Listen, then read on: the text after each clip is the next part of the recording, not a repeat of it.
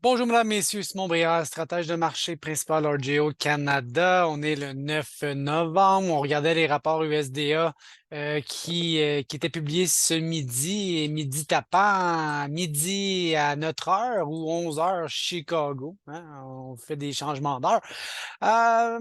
Généralement, les prix ont baissé. Soya, ça a été négatif. Blé, ça a été négatif. Maïs, ça a été négatif. Malgré tout, le soya se comporte un peu mieux. Là, on en avait déjà discuté récemment. Il se comporte un peu mieux que le blé et le maïs depuis un mois. N'empêche, aujourd'hui, le ministère américain a quand même publié des données qui ont fait un peu dégonfler les prix. Je commence avec le maïs. Une petite surprise, je vous dirais, pas énorme, mais une augmentation du rendement. On passe de 173 à presque 175. Donc, un petit peu plus de rendement, plus de production. Oui, ça a été quand même un petit peu plus de consommation ici. Je vois là, une augmentation de 125 millions de boisseaux, un petit peu répartis dans l'éthanol, dans le feed, bon, un peu partout, mais n'empêche, les inventaires de fin un petit peu plus élevés, ce qui explique la baisse dans les marchés. Vous voyez qu'ici, le rendement 174,9, c'est pas un rendement record, c'est pas une catastrophe. C'est, je dirais, somme toute, selon les tendances, peut-être un petit peu en bas des moyennes nécessairement, mais pas rien à faire virer Elvis dans sa tombe. Les inventaires de fin ici en fonction là, de demande, les ratios d'utilisation, on est très proche du 15 ici. Là, donc, normalement, plus les ratios d'utilisation sont élevés, ben, plus les prix demeurent un petit peu plus faibles. Donc, on est dans ce contexte un petit peu plus d'abondance. Ça va prendre un grand changement d'inventaire pour peut-être espérer un petit peu plus de variation de prix, qui est vraiment une transition vers ce pénurie-là qu'on a connu pendant des années, vers un climat beaucoup plus d'abondance. Récemment, on l'avait vu, là, un petit changement ici était très volatile en termes de prix.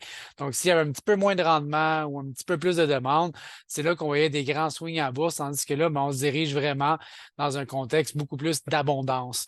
Ça a été une surprise, pas une grosse, mais une surprise quand même, avoir des inventaires un petit peu plus élevés que la moyenne des estimés, ce qui explique pourquoi les prix ont baissé. On le voit ici graphiquement, là, la baisse des prix. 4,68, en fait, là, si je reviens ici, là, c'est vraiment le prix le plus faible depuis les sommets de cette année. Même, je pourrais reculer encore plus loin que ça là, l'année dernière. Donc, on est dans vraiment un contexte de bas prix comparativement à ce qu'on a vécu dernièrement. Ça me fait poser des questions sur un peu l'avenir, vraiment très long terme, là, depuis une génération ou deux. Là, je reviens depuis 1970, disons.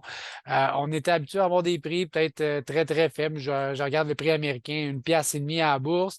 Ensuite, bon, ça a décollé un peu, puis on est tombé dans un nouveau cycle où les prix moyens ou prix plancher, on revenait vers 2 piastres et demi. Et hop, l'éthanol est arrivé, puis on a monté ce prix d'équilibre-là à 3 piastres et demi.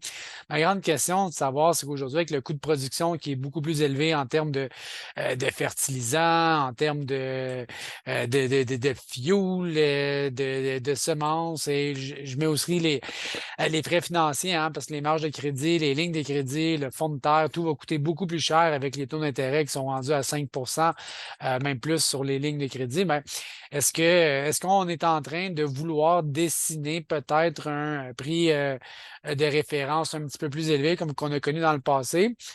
Ou on va revenir vers le 3 piastres et demi parce qu'on pouvait se poser des questions en 1995, ça reviendra jamais. Puis finalement, ben, c'est revenu. Donc, ma grande question là, ça c'est du long terme, peut-être les prochains mois, prochaines années, est-ce qu'on est en train de dessiner un nouveau prix d'équilibre un peu plus élevé compte tenu des coûts de production ou pas? Voilà. Dans le cas du soya, très peu de changements, quoique un petit peu plus de rendement américain, une augmentation mineure, mais quand même une augmentation du rendement. Sinon, pas trop de changements. L'augmentation de rendement augmente les inventaires de fin. Ça demeure serré, toute proportion gardée, mais un petit peu moins quand même, ce qui explique pourquoi les prix ont baissé un peu aujourd'hui. 49,9 boisseaux à l'heure, c'est pas mauvais. Là aussi, comme dans le maïs, c'est pas une mauvaise année. On est plutôt dans une moyenne, disons. Rien de gênant, mais c'est pas un rendement record non plus. On sait que les inventaires sont souvent serrés en fin d'année aux États-Unis. Ça sera le cas cette année aussi. D'où l'attention particulière vers le L'Amérique du Sud, petite surprise moyen, mais un petit peu plus d'inventaire que prévu, ce qui explique aussi encore une fois pourquoi les prix ont baissé aujourd'hui. Vous voyez l'impact des baisses, mais somme toute, vous voyez que on est beaucoup plus élevé que les bas de juin, même juillet ou récemment en octobre. Donc, les prix du soya se maintiennent quand même assez bien malgré tout. Même principe très historique. Est-ce qu'on est en train là aussi d'établir un nouveau prix de référence? Je me pose la question, tu sais, historiquement, bon, on voit que le soya a souvent été aux alentours de 6 piastres pendant quand même un bon moment, là, comme le maïs. Nouveau paradigme des années 2010, plus autour de 10 piastres le boisseau. Donc, il y a encore quand même beaucoup d'air ici dans cette poche-là, à savoir est-ce qu'on va rester à 13 ou retourner vers 10. Méchante bonne question, mais je regarde un peu les historiques long terme pour me donner une idée. Sinon, l'Argentine, Brésil, pas de changement, toujours des prévisions de très forte production. Ça n'a pas changé. Donc, on voit les inventaires encore sous pression. Tant et aussi longtemps qu'on n'aura pas une nouvelle révision de ces chiffres-là, je pense que le marché va rester sur ces aguets. Blé, il n'y avait rien à dire ici. Ça fait vraiment pas un rapport de blé, pas de changement ici et là. Donc, très, très stable. Alors voilà, je vous dis bonne fin de journée, mes amis. On se reparle un peu plus tard. Bye bye.